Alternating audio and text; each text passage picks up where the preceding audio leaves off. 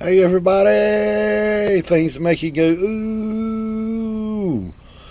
Back for another episode. Welcome back to the channel, man. Today the emphasis will be on private citizen personal safety as the holidays come around and I go by. There's a safety color chart I go by that I wanted to tell you about, and it goes along with self-defense and staying vigilant and be observant to where you're at and what you're doing. The color white, is tuned out, relaxed, unaware, on your phone, looking at your phone. You see these people walking around in public, tuned out, got the headphones on their cell phone. They don't know what's going on around them. A good time for somebody to attack them. Now the color yellow is you're relaxed, but you're aware of your surroundings, actively scanning, quick to respond if something goes on. Because if I go out to eat or anywhere like that, I'm always sitting with my back to the wall looking toward the door, and I'm always scanning. That's just something that just been put in me all the time. I go at the store and I get in the car, I'll turn around and look out. I'll look around. If I'm at Walmart, a good rule of thumb, you got a lot of people hang out there walking up to you, asking about the time, asking for some change, or begging for money, or what have you. Walk out the door, you see somebody walk up toward you, look at your watch, or say, you see somebody walking toward you, say, darn, I forgot that fishing string. Turn around and get right back in the store. That way you avoid the confrontation. They find somebody else to go to. You go to your car and you unlock in your car, look around. Sometimes walk around your car, put your card up, loading groceries.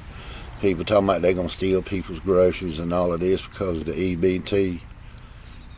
Yeah, good luck. If you pick the wrong victim, man, you're going to get what you asked for, because you're out here on social media posting, we're going to beat up the white people, we're going to beat up people and steal their groceries and da da da da da. Yeah, okay. Not here down south. You might get one or two, but after that, there are going to be a lot of people making first appearance in court money for, discharging something or another. So, the color orange is focused, monitoring the high threat levels, high state of being alert. Red is high alert. That means you're getting ready to take action, using whatever force necessary. And the guys, I don't know, and gals, I don't know what your day-to-day thing is, but I'm telling you, it's so rough out there. I carry a small blade. I got my firearm. I got my pepper spray. On my left side, my firearm, all concealed. I got concealed carry, and I carry my sheriff credentials with me anyway, and my ID. So, but you got to remember your use of force. I don't want to cut nobody. I'd spray somebody if I have to, but you got to keep in mind people that have asthma problems and that sort of thing. So, and it's pure and simple. I mean, I don't have no Wing Chun dummy or jiu-jitsu dummy to slap around and be showing you stuff, but I can kind of sort of, we got a lot of videos out there showing that. I don't have a ball punch dummy or a punching bag, but the demonstrations is simple. You get out there and somebody approaches you wanting to fight or stirring up trouble. You've got, your mindset has to be, got to be in control, okay? To be able to do these things, and you can't be scared, and I know it's hard. You got that adrenaline rush.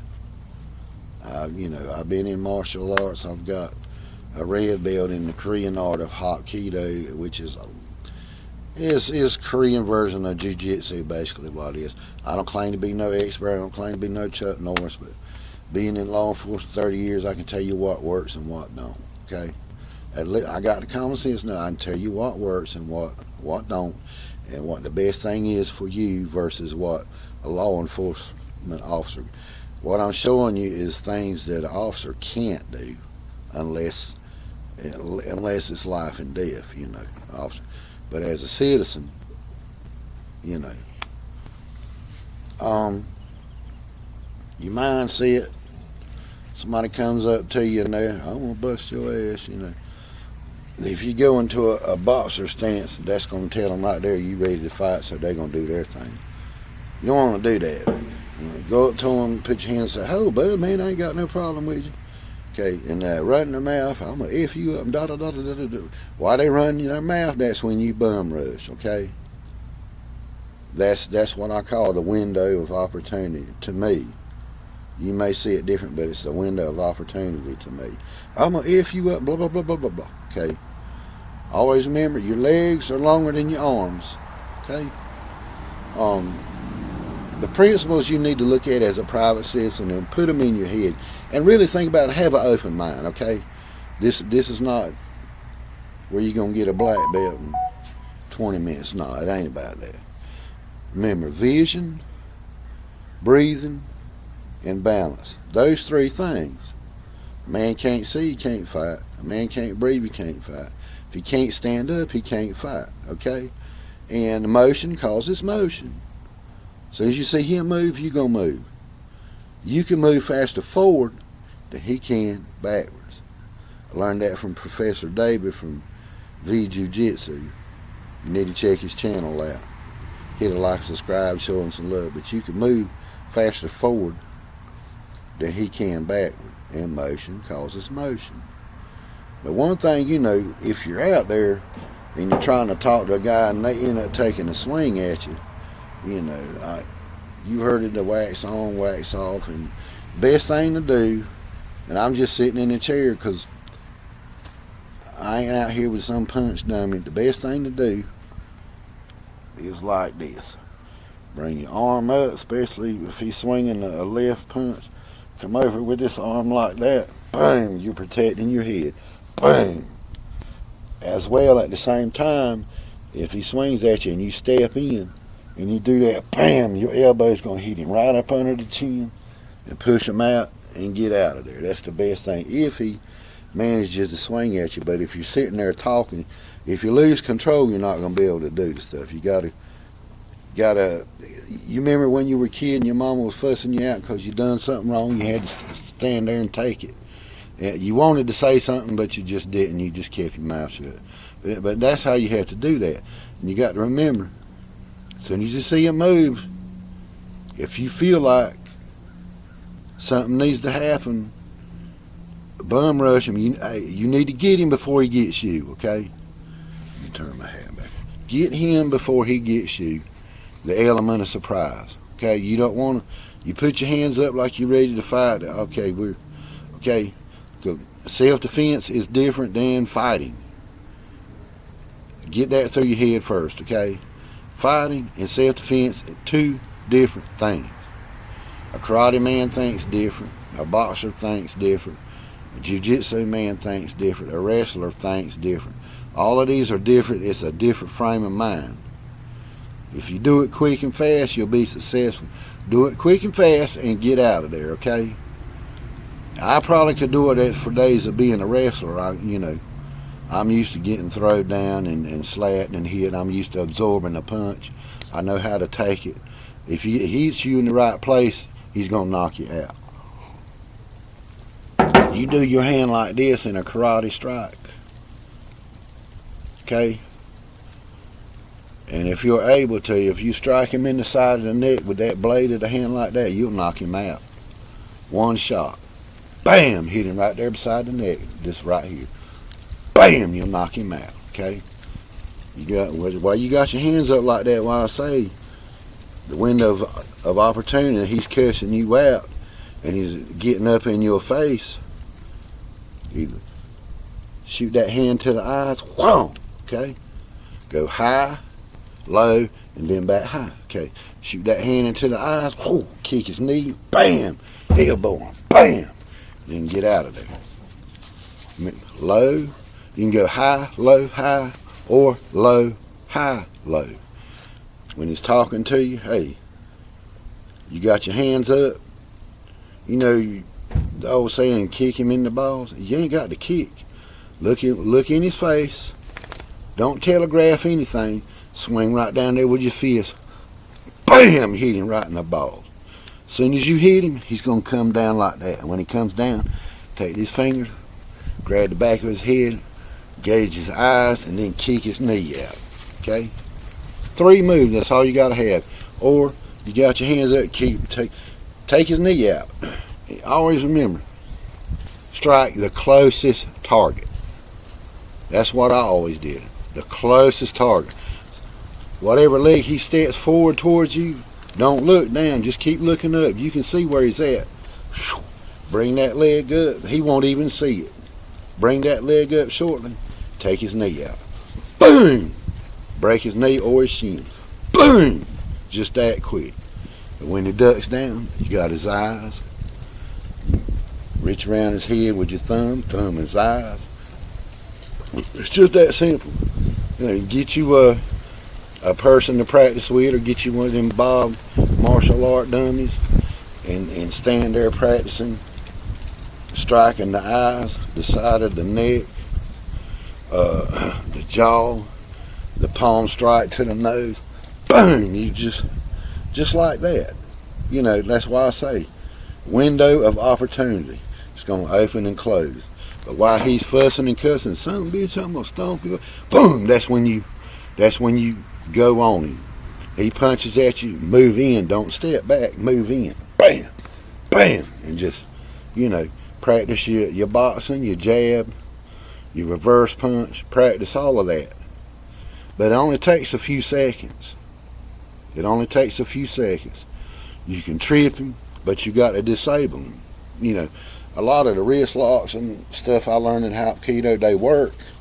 But the trick is, you got to disable them first before you put those moves. I've never seen any martial arts school I ever went to that actually explained self-defense like that. Pure and simple. You got to have time to do all these wrist locks and all of this and that. Take his eyes out, boom, take his breathing out, hit him in the stomach, kick his knee out. But remember, high, low, high. Don't sit there and bam, punching him in the head unless that's something you want to do. You're just going to waste time. Go high, low, and high, and knock him down. As soon as you do them 3 moves and trip him, learn you some judo trips and leg sweeps and knee buckles and stuff, take him out and get out of there. You know, you can do a choke if you know how to do a jiu-jitsu choke that will put you to sleep. So